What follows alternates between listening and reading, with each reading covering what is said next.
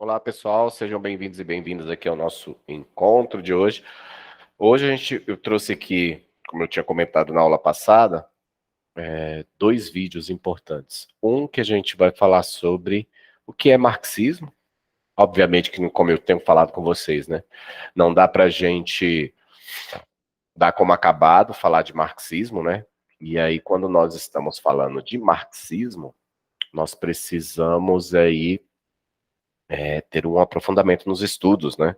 Porque o marxismo não se esgota numa pequena definição. Então, a gente precisa, nós como historiadores, né, historiadoras, precisamos ter isso bem claro, que o marxismo, ele se faz, ele foi feito, na verdade, foi, né, introduzido no século XIX por Karl Marx, mas numa conjuntura para a época em que ele vivia, né?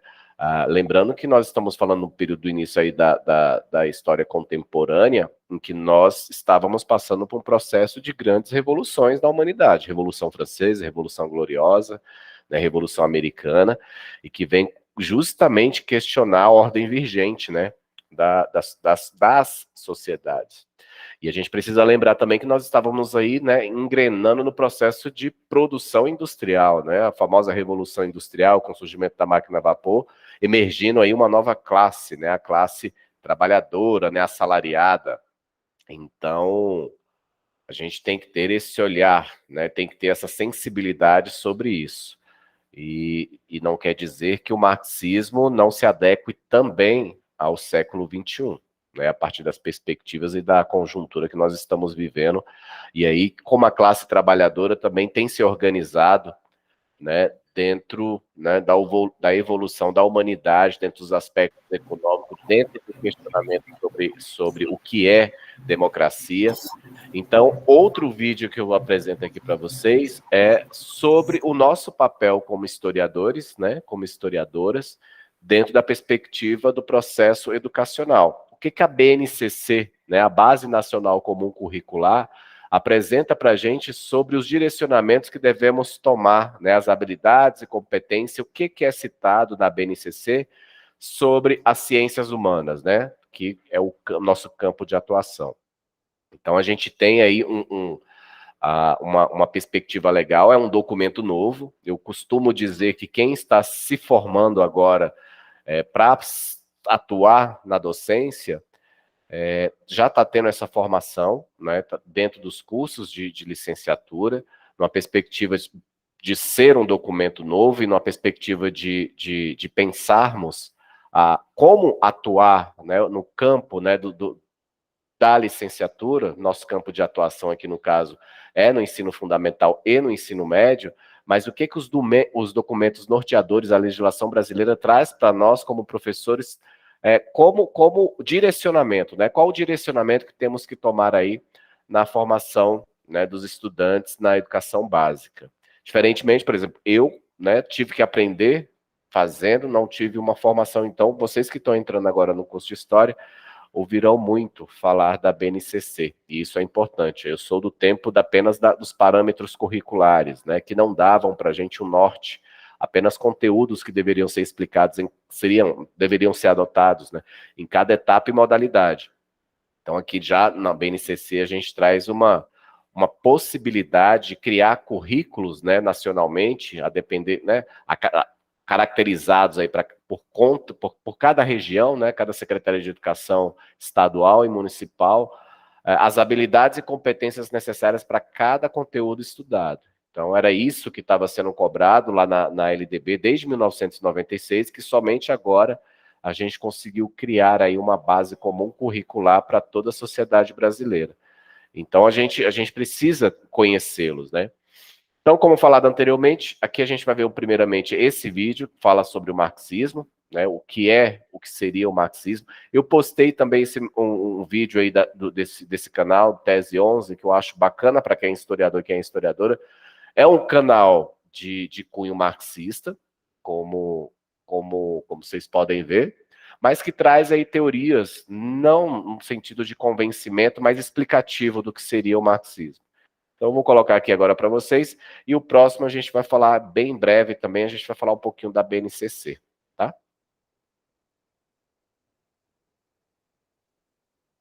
Faz muito tempo que eu queria fazer um vídeo sobre isso e eu já tinha rabiscado algumas coisas que eu queria falar, que constasse no vídeo, mas meio que eu fui deixando pra lá e tá na hora, né? Hoje esse vídeo sai. De marxismo eu já falo sempre aqui no canal. No Apoia-se mesmo, o título do financiamento coletivo do Tese 11 é Análises Marxistas no YouTube e o nome Tese 11 é essencialmente marxista. Vocês estão cansados de saber que tudo aqui se baseia em marxismo, mas hoje eu quero focar no que isso significa mesmo e bater de frente com alguns espantalhos que a gente ouve sobre marxismo por aí. E eu já fiz vídeo defendendo Marx, mas Marx foi só o começo. Esse de hoje é defendendo o marxismo mesmo.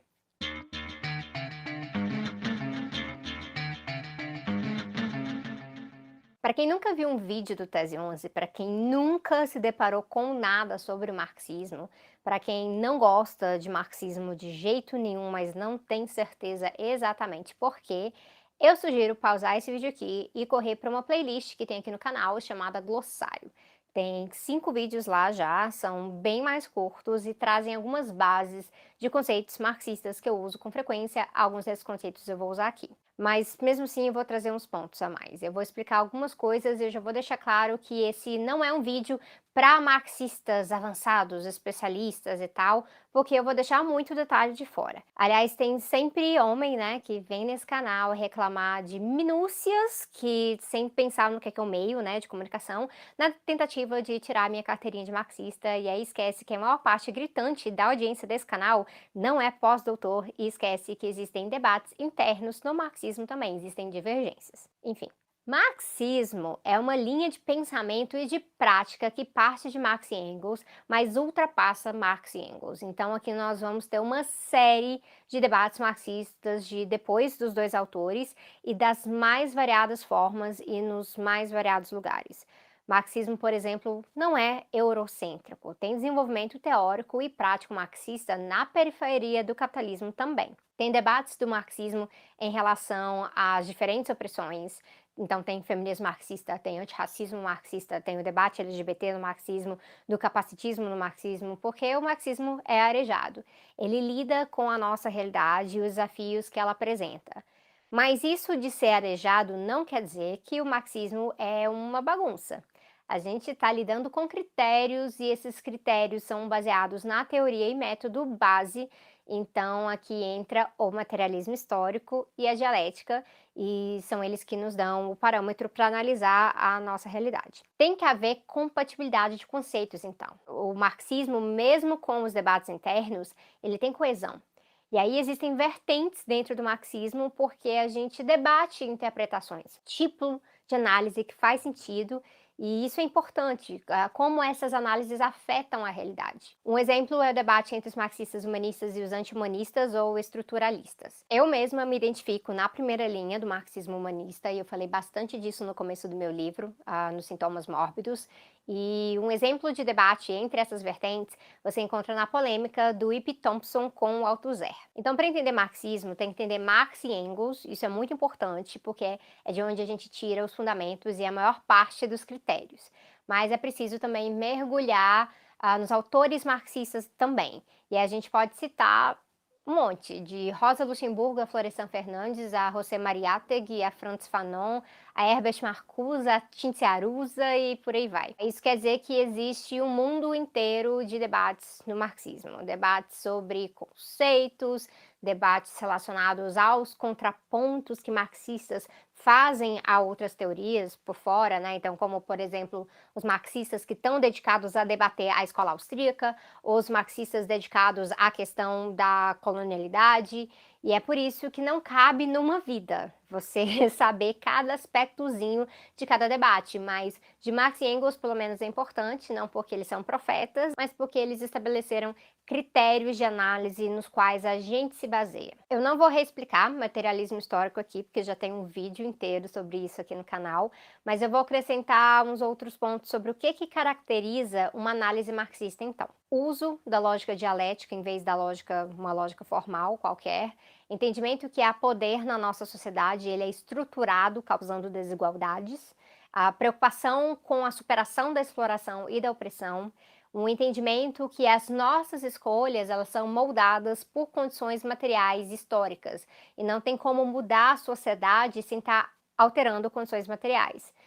O papel do conflito nessas mudanças, e aí uma série de conceitos importantes, alguns de Marx e Engels, outros que vão sendo desenvolvidos com o tempo. Então aí a gente tem mercadoria, luta de classes, hegemonia, praxis e muitos outros. Dá para ver que o marxismo é muito complexo, mas como toda coisa complexa, é muito fácil tirar algo do contexto e aí propagar uma visão errada daquilo. É onde o debate se torna fundamental. Por isso que eu vou falar de 4 coisas aqui que eu ouço por aí que buscam invalidar o marxismo como uma perspectiva teórica e prática. São coisas que realmente estão até no senso comum. Uma delas é que o marxismo é retrógrado.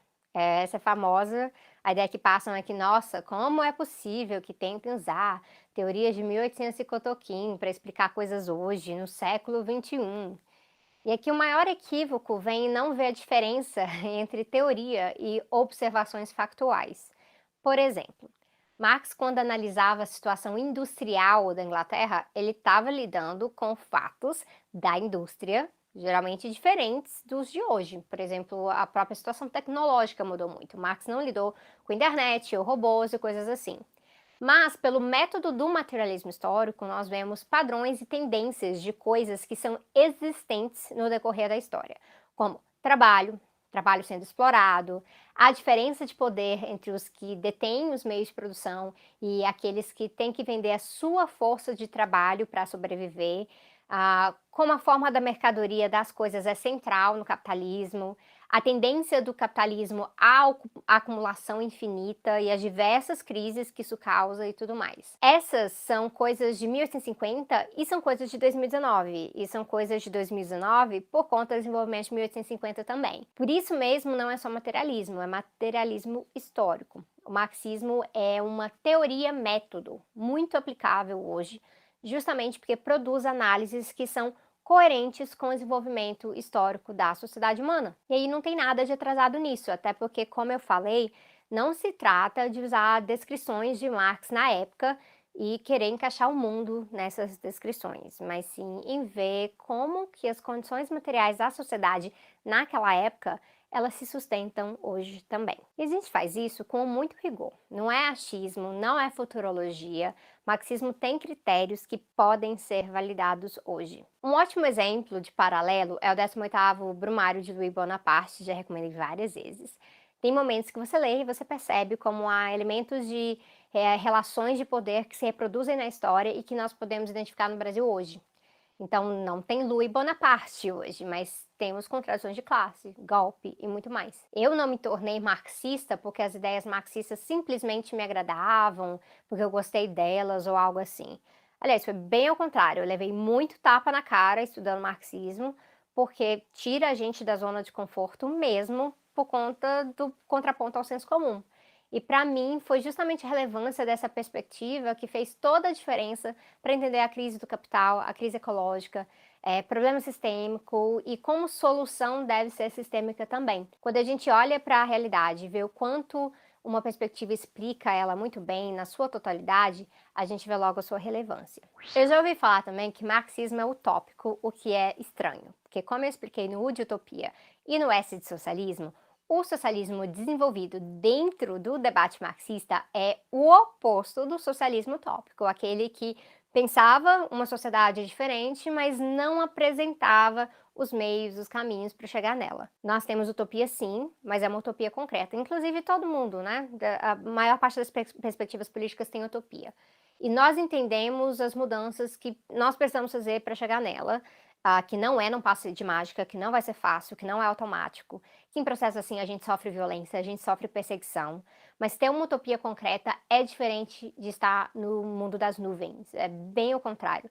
O materialismo histórico, ele prende a gente no chão, a gente não fica especulando, a gente se baseia no que existe, na capacidade que a gente nota nas pessoas e nas organizações e nas situações, e aí sim que escolhas podem ser tomadas. Marxismo é, na verdade, o oposto de idealismo. Qualquer pessoa que manja de filosofia e sociologia sabe disso, e a sugestão de leitura sobre isso é A Ideologia Alemã, do Marx e do Engels. E aí tem aqueles que falam que marxismo é um dogma, uma crença, que marxista elege essa teoria e fica aí pregando essa teoria, tentando converter as pessoas. E aí, se fosse assim, bom, ia dar muito errado, porque seria o oposto do marxismo. Marxismos falam de consciência de classe. Isso é algo que a gente suscita, não é algo que a gente impõe ou declara. A consciência de classe surge no diálogo e na organização, olhando para a situação prática e avaliando que a situação de exploração é inaceitável. A gente parte não de uma premissa fantasiosa, mas de algo que você mesmo pode ver hoje em dia, que é o capitalismo nos carregando para o abismo, porque ele não tem freios para acumulação infinita, no máximo regulação aqui e ali, mas ele não tem freios porque essa acumulação infinita é a sua própria lógica, a própria lógica do capitalismo. Então, marxistas não estão pregando algo fantasioso, mas estão trabalhando com a importância de difundir teoria e organizar práticas que formem os sujeitos revolucionários. Isso não é automático, é um processo, e é um processo com compromisso político. Uma boa fonte de marxismo nada dogmático é o Che Guevara. Não sei se vocês sabiam, ele falava de materialismo histórico como método sem abrir mão da criatividade. Especificamente, ele disse, eu abro aspas, para usarmos o materialismo dialético e sermos criadores a todo momento. Nós somos agentes e, como agentes, não absorvemos um dogma, mas nós interagimos com a realidade. E aí, uma outra coisa também muito comum que a gente ouve é que marxista é extremista, e é bom a gente pontuar que muita gente, não todas, mas muita gente que fala isso, fala sobre a pretensão de eles serem neutros, moderados, equilibrados, e aí os marxistas, uau, uns extremistas malvadões. Mas essa própria colocação, ela não tem nada de neutra, tá? Ela é muito ideológica mesmo. Ela parte da suposição de que há formas de negociar poder dentro do sistema atual e que os extremistas que atrapalham tudo. Mas o que ocorre é que a esquerda radical e revolucionária, orientada via marxismo, ela entende que negociar poder dentro do sistema atual é uma farsa. Não existe, não funciona, não existe conciliação de classes quando uma classe possui poder econômico para explorar a outra e manipular o sistema político ao seu favor também. Achar que é possível lidar dessa forma, isso sim que é ilusão. Então, assim, nesse sentido, quando está todo mundo normalizando tudo, parece mesmo que marxistas estão no extremo, mas simplesmente porque as pessoas insistem em negar que o sistema em si é extremo, é devastador. A nossa radicalidade não é algo ruim, ao contrário, ela aponta saídas reais. A gente está vendo o que não funciona e a gente precisa mudar. E se os marxistas falam muito sobre isso, não é por serem chatos, porque não é uma característica moral, mas é porque nós temos noção da urgência de resolver os problemas sistêmicos. Não é só debate por debate. É muito menos picuinha acadêmica, apesar de existir em alguns lugares, mas marxista mesmo sabe da importância de militar. A gente não vai mudar as coisas simplesmente encontrando a melhor narrativa, tem que parar esse negócio de narrativa, vai ser se organizando, e se organizar só parece coisa de extremista para quem não imagina a mobilização para além dos termos rasos da democracia liberal. E aí a sugestão de leitura sobre isso é Rosa Luxemburgo, que contribuiu muito para o debate sobre organização e não entendia partido como uma fórmula pronta, mas que cada função do partido tinha a ver com a situação da luta de classes naquele lugar. Então tem um desafio real aí. No momento de avanço da extrema-direita, muita gente quer invalidar o pensamento marxista porque querem que as coisas voltem ao normal. E nós marxistas não aceitamos algo só por ser normal, nós queremos realmente balançar as estruturas.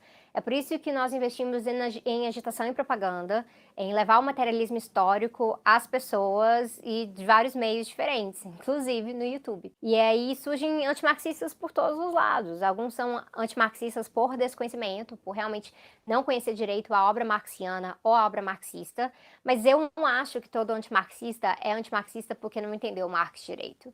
Muita gente entendeu muito bem, mas discorda porque possui outros interesses políticos e aí decide olhar a realidade via outras lentes. E quem é capitalista é antimarxista porque é capitalista. Então, para mim, essa discordância significa estar rifando elementos concretos da realidade, muitos fatos, muitas evidências sobre o capitalismo para poder justificar a sua própria posição. Já no marxismo, a gente está fazendo um esforço constante de olhar para a realidade de acordo com como a história molda os nossos conflitos e como nossa agência interage com eles. Nós marxistas não somos anticapitalistas porque, a gente acordou um dia, nossa, capitalismo, né, ruinzão, mas porque olhamos para essa realidade e nós vemos que ela não funciona para assegurar nossos objetivos de liberdade social e econômica para a maioria da sociedade e que nossos parâmetros, na verdade, eles têm a ver com o fim da exploração. Marxistas precisam observar a realidade atual e passada, precisam notar tendências, precisam apresentar fatos, precisam argumentar com a sociedade sobre como essa perspectiva explica bem o que está ocorrendo. E aí, na minha humilde opinião, quando a gente consegue realmente entrar em diálogo e as pessoas não têm o interesse material em defender o capitalismo, e aí ela percebe que realmente o marxismo aponta para várias falhas e aponta também caminhos, isso é muito bom. Não são caminhos estilo futurologia, estilo faça isso que isso vai acontecer certamente. Mas são caminhos no sentido de que para certas coisas acontecerem na sociedade, é preciso que a gente tenha as condições para isso. Para a gente mudar o sistema econômico, a gente tem que construir as condições da superação desse sistema econômico, senão vai ser só um desastre.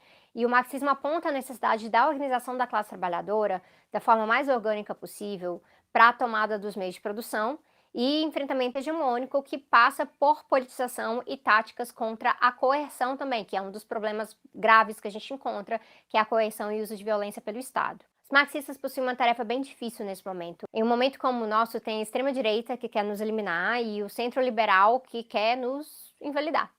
Enquanto é possível falar de diferenças de interesses na política, não é possível assistir calada quando propagam inverdades sobre a nossa perspectiva política. Tem coisas que são inverdades mesmo.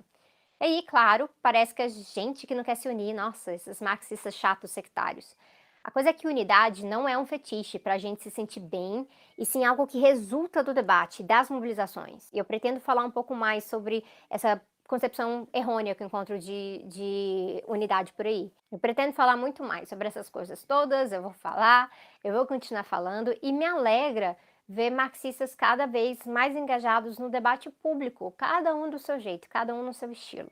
Claro que tem aqueles que acusam a gente de estar banalizando o debate, rebaixando o marxismo ou querendo crescer as custas do marxismo, cheio de julgamentos morais e ad hominem, mas são esses os defensores também do enclausuramento na Torre de Mármore, da gente que quer dirigir a revolução em cima de um trono.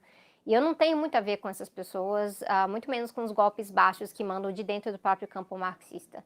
Eu quero estar junto com quem eleva o padrão e sabe da importância da gente levar o marxismo e todos os seus debates internos e a sua crítica para mais e mais pessoas. Eu agradeço sempre a todo mundo que acompanha o canal, né? Passou de 200 mil inscritos, então não deixe de se inscrever. Olhe as sugestões na descrição, eu vou deixar links de materiais e páginas e canais marxistas para vocês conhecerem e acompanharem. Saibam que nem todo mundo pensa igual, esses debates... Faz muito tempo que eu queria fazer um vídeo sobre isso e eu já tinha rabiscado algumas coisas. Bom, e aí o que nós vemos aí, fica só a título de mais um material didático, né? Vocês estão conversando comigo agora, vocês terão outra disciplina, e eu gosto disso de utilizar outros olhares, né, de outras pessoas dentro das minhas aulas, para não ficar aquela coisa só o professor falando. E é uma sugestão didática que eu passo para vocês, viu, Michele? Rapidinho, já te dou a palavra. De vocês, sempre que estiverem trabalhando um assunto, principalmente assuntos polêmicos, né? Marxismo, liberalismo, né? As teorias mais complexas dentro do processo de ensino-aprendizagem de vocês, quando vocês estiverem abordando isso com os estudantes, tragam sempre também o olhar de outros autores, né? Utilizando aí, na nossa época da educação básica, a gente não tinha esses recursos tecnológicos, né? A gente não tinha YouTube, a única coisa que nós tínhamos, pelo menos eu sou dessa época, só tinha acesso a enciclopédia para fazer as pesquisas, não existia nem internet. Então, hoje a gente consegue adaptar as nossas aulas, trazendo aí olhares, né, de pensadores de forma mais ampla e com maior fácil acesso, né? Então fica aí esse vídeo aí para vocês fazerem um pouco essa reflexão. Diga-me. Oi, professor. Eu entrei na aula, já estava iniciando esse vídeo, então eu não peguei o seu conceito antes sobre o marxismo ou da pessoa que estava no vídeo. Uhum. Depois que nós terminamos aquela aula, aquele dia, eu fui colocar na internet um pouquinho sobre o marxismo, né?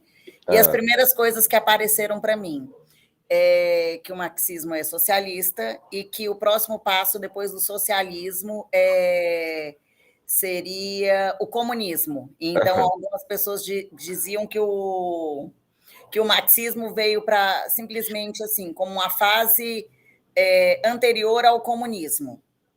E aí você me diz que não tem nada a ver com isso, porque é contra o capitalismo, né? Então, assim, foi numa pesquisa geral no Google, eu coloquei falando, bom, primeiro passo para antes do comunismo é o socialismo, né? Então, eu fui pesquisar realmente algumas diferenças, né? Uhum. E aí, realmente, que é sempre do bem comum, né?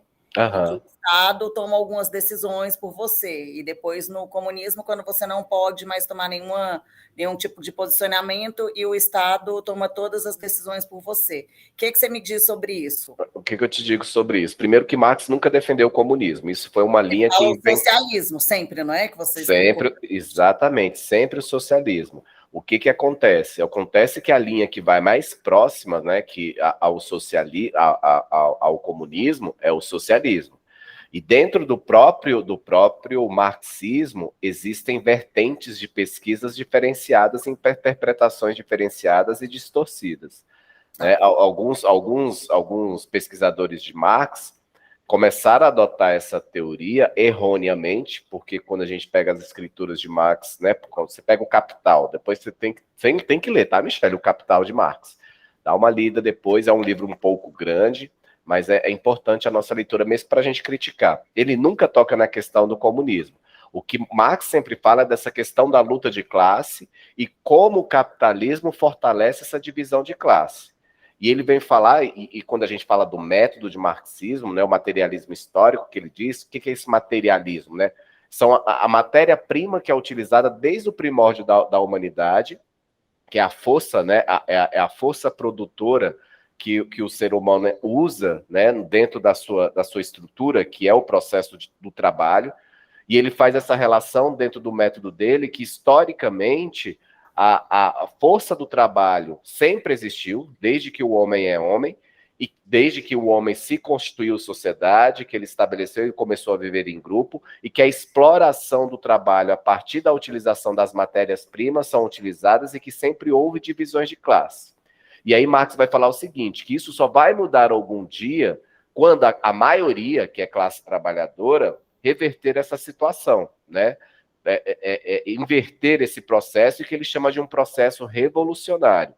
E aí as pessoas começam a interpretar dessa forma de comunismo. Se a gente pega, por exemplo, a China, né, Cuba, lá o comunismo, e nem é o comunismo puro mesmo, mas o não, comunismo... isso na minha pesquisa apareceu, que Cuba ainda não é comunismo, ela é socialista, com alguns pontos na legislação, pontos comunistas, né? Que eu nem sabia disso. Todo mundo fala, você quer o comunismo? Vai para Cuba. Cuba nem é comunista, é socialista com vertentes comunistas. Exatamente. E porque, assim, um exemplo claro de que o comunismo nunca deu certo em lugar nenhum. Cuba, por exemplo, é socialista.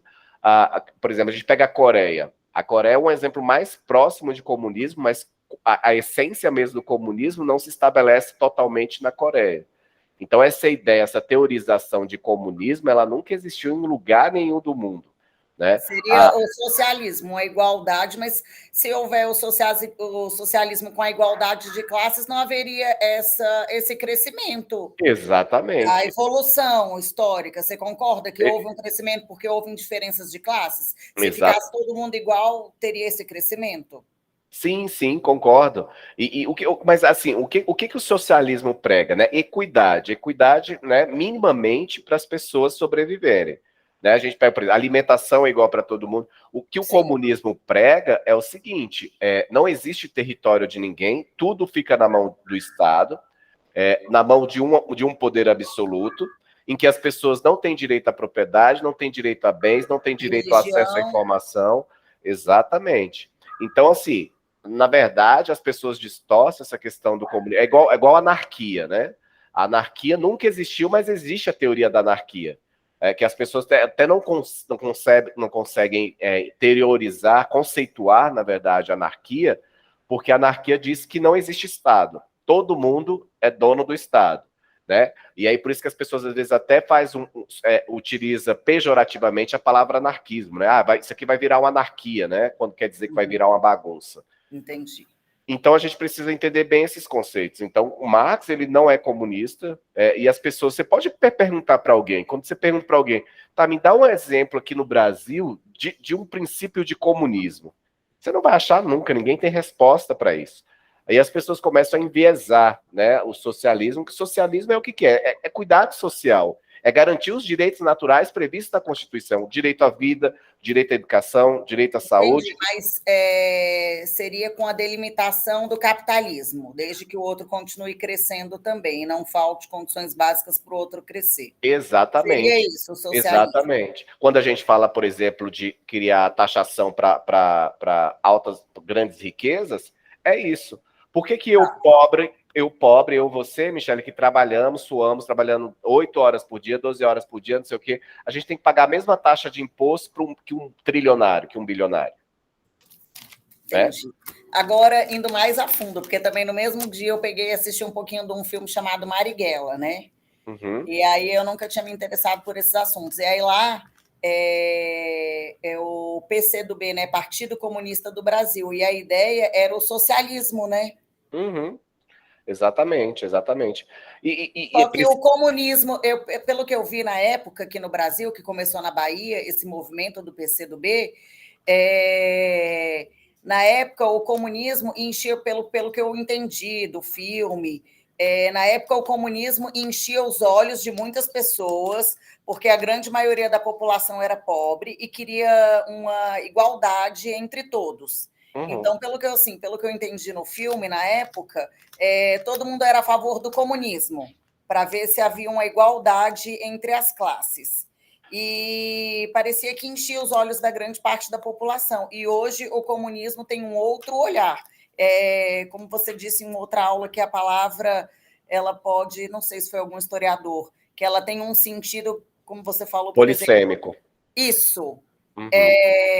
Existiu isso em relação ao comunismo naquela época e hoje ele tem um outro sentido, outro olhar, outra visão? Não, porque, na verdade, naquela época, no local, né, quando ela foi constituída, o Brasil passava por uma outra situação econômica, né? Então, as pessoas buscavam teorias, né, formas de se pensar em que melhorasse as condições da maioria da população. Então, como a teoria comunista, se você olhar no papel, ela é bonita, ela é muito linda, né, para teorização. Mas, na prática, ela, em virtude do capitalismo, dessa questão da liberdade, a questão do acúmulo de riqueza por alguma pequena parcela da população, ela começou a ser desvirtuada. E quando a gente fala de teorização, o próprio marxismo, o próprio socialismo, né, defendido por Marx, mudou as suas teorias ao longo da evolução da história. Então, essas teorias, por exemplo, surgiram no final do século XVIII, início do século XIX. Era uma outra perspectiva. Até falei isso no começo da aula. Era um outro olhar para uma outra sociedade com outro tipo de capitalismo.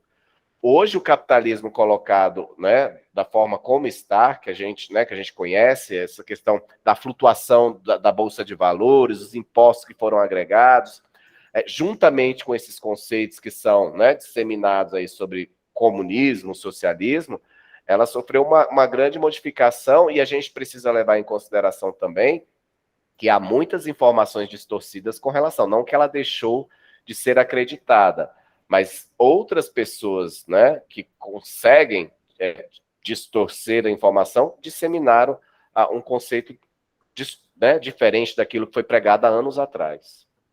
Entendi. Ok.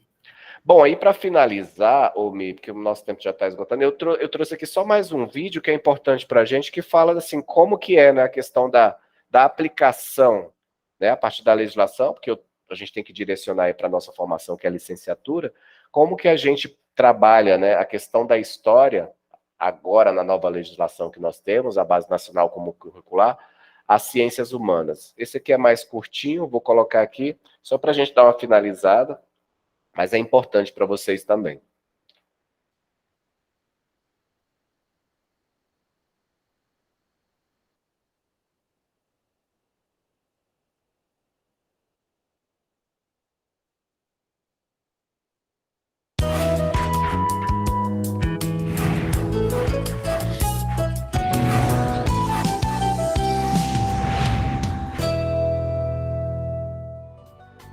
A área de ciências humanas, assim como as demais áreas do conhecimento, tem papel importante na formação integral do aluno.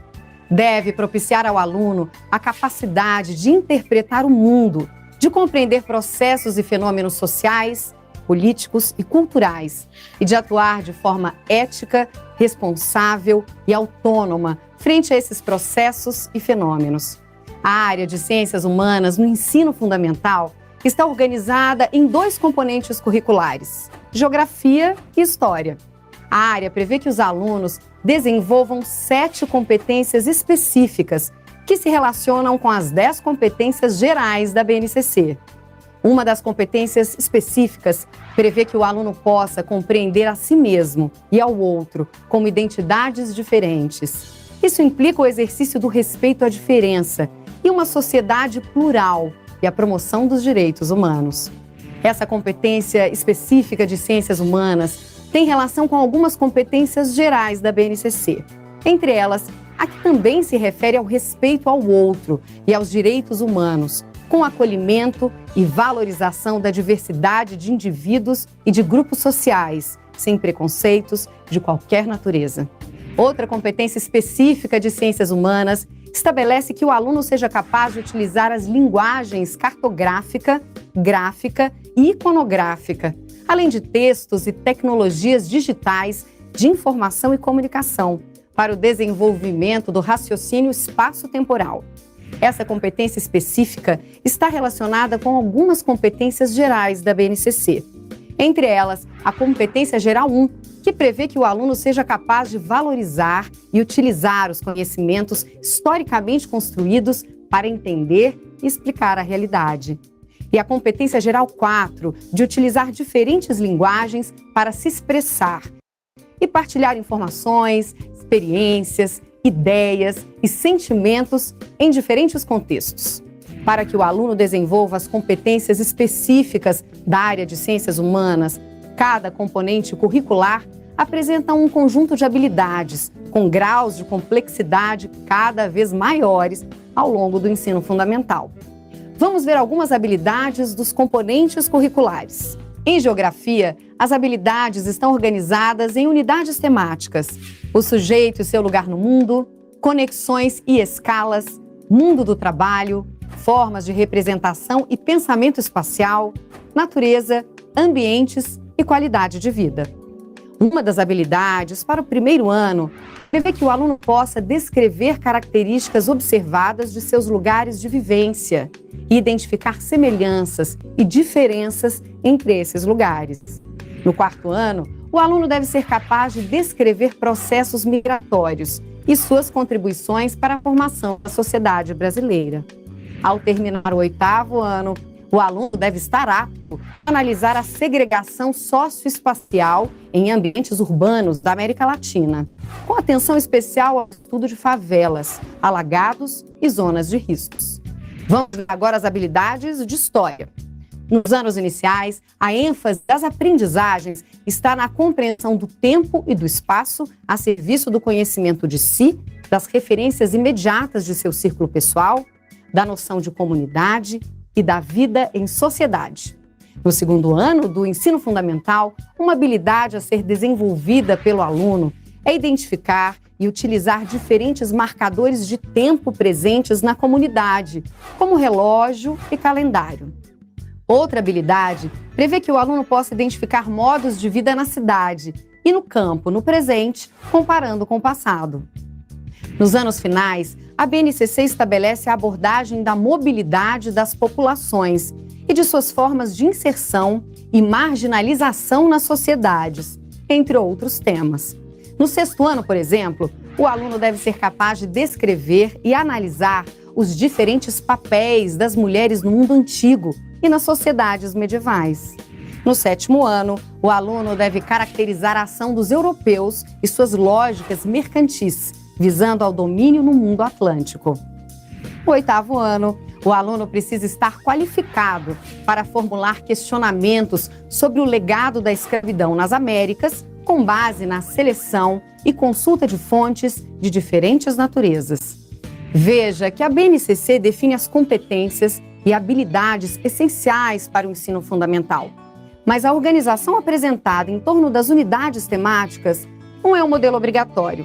Fica aqui o convite para que as equipes escolares discutam o texto da Base Nacional Comum Curricular. Elaborem seus currículos e suas propostas pedagógicas, considerando suas realidades locais, o dia a dia de suas escolas e a necessidade de assegurar a todos os alunos as aprendizagens definidas na base. Acesse o portal da Base para obter o texto da BNCC na íntegra, além de outros materiais que podem apoiar esse processo. O desafio da área de ciências humanas é a formação de indivíduos capazes de articular pensamentos históricos e raciocínios geográficos, e assumir também uma posição social ética, responsável e autônoma. Bom, e é isso, assim, é importante a gente saber disso, porque vai ser a nossa segunda Bíblia, né, que eu gosto de dizer. Agora é o Novo Testamento, porque eu falo que a nossa Bíblia como professores é a LDB, é a Lei de Diretriz e Base da Educação, a 9394 de 96, que organiza a nossa educação, e a BNCC agora veio para complementar, né, como que nós devemos atuar no nosso campo de atuação, né, ciências humanas, no nosso caso, em cada etapa, em cada modalidade. E aqui, pessoal, a gente encerra, né, essa nossa web, lembrando aí que nós tratamos aí na primeira unidade foram fontes históricas, depois trabalhamos o conceito de história, falamos das escolas, né, do materialismo histórico, aprofundamos aí esse conhecimento, e lembrando, né, que para vocês que estão começando agora nessa disciplina, eu sempre trabalho nessa perspectiva, né, de complementar o conteúdo que eu disponibilizo aí para vocês escrito, além das aulas gravadas, tal, dentro desses nossos momentos síncronos, né? E é bacana, Michele, muito obrigado, viu, por você ter participado aí de todos os encontros, tem sido assíduo, eu espero que você continue assim até o final do curso, tá, dessa empolgação. Eu também espero.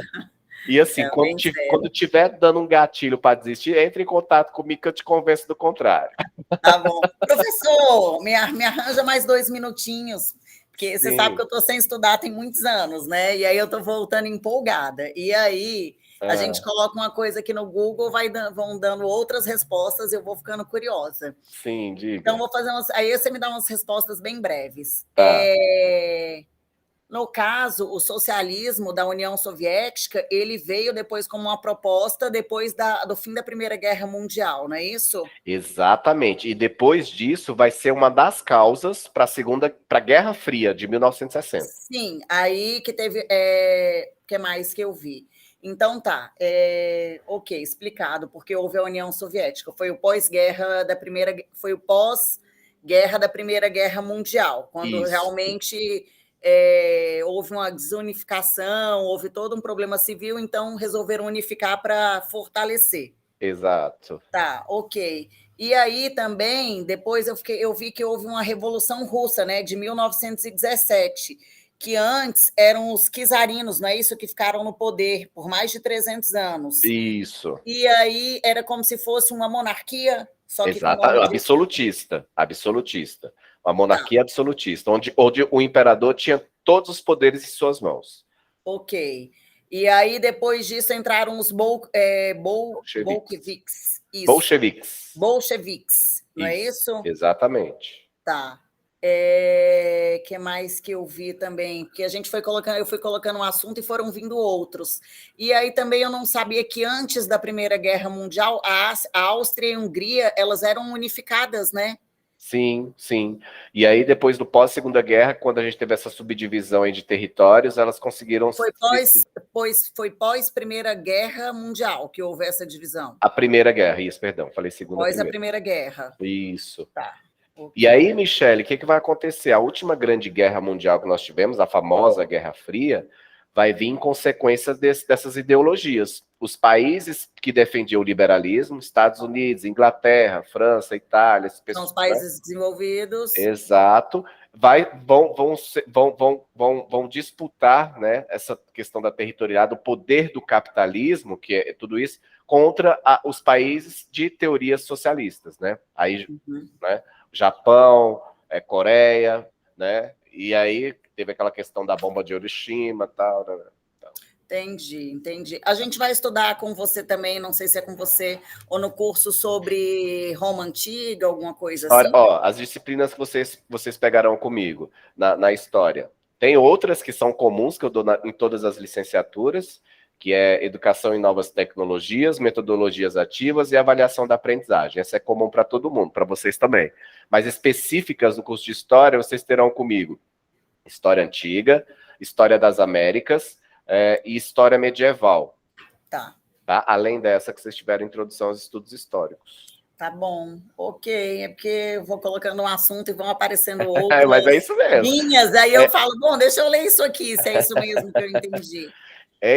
Eu coloquei, eu não sei se você gosta de podcast, ou o pessoal que vai assistir depois, eu coloquei no bate-papo um podcast muito bacana, ele é bem rápido, se chama História em Meia Hora. E tem vários pontos específicos, né? Então tem vários episódios lá, depois dá uma olhadinha. Tá bom. Para quem gosta de podcast, né? Porque é interessante. Vou ouvir. Tem prova semana que vem, né? Colocar a matéria em dia. Tá bom, Michele? E o que você precisar de mim ao longo da sua jornada, pode contar comigo. Pega meu e-mail aí no plano de ensino, direitinho. Vou pegar, porque eu estou sempre dando uma pesquisada aqui, alguma coisa, um assunto vai puxando o outro, aí eu começo a ficar curiosa, a pesquisar. Obviamente que a gente não abraça tudo, né? Porque é muita informação. Mas o que eu souber, eu vou te ajudando. Tá bom? Obrigada. Tá joia, um abraço, viu? Tchau. Prazer em conhecê-la.